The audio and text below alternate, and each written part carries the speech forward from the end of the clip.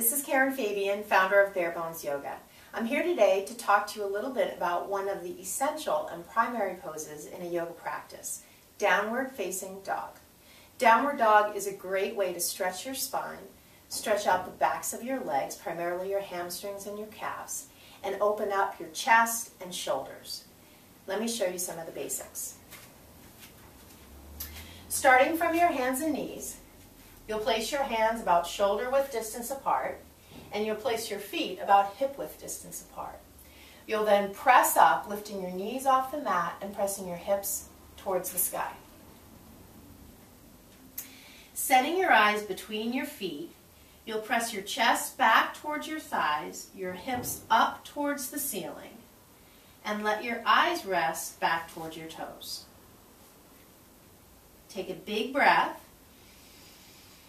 and then exhale. Now, one of the things that people sometimes comment on is that the backs of their legs hurt when they're in downward dog. One of the things you can do to modify the posture is to bend your knees like this. Hands shoulder width distance apart, feet hip width, and simply bend your knees and lift your hips up towards the ceiling again. You can always do downward dog with your knees bent.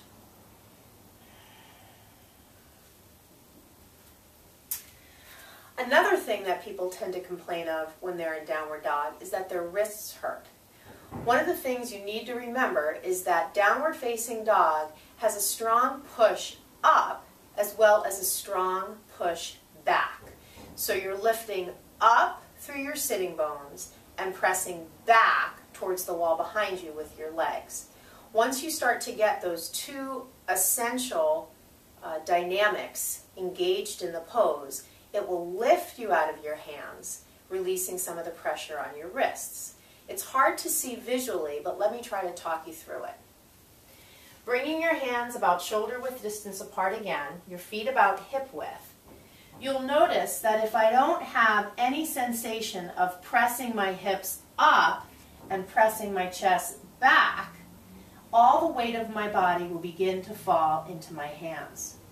So once I start to engage the muscles of my legs, press my chest back towards my legs back towards the wall behind me, my hips up, I can start to feel less pressure on my hands.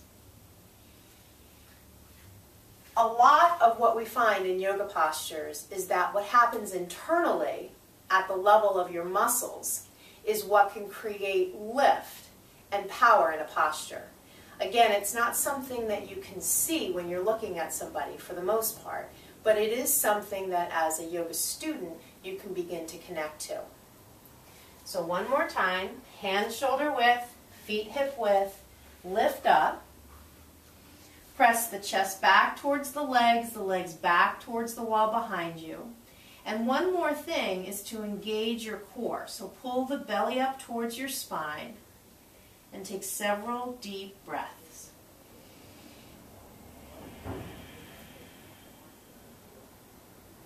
Take a big breath in and a long breath out. If you're just beginning a yoga practice, it's completely fine to do several downward dogs with 5 breaths and a couple of breaths rest in between. If you've already been practicing for a while and you're integrating downward dog into your yoga practice, just keep some of these tips in mind. I hope you found this helpful. If you have any questions or wish to contact me, please connect with me on my website at barebonesyoga.com. Namaste.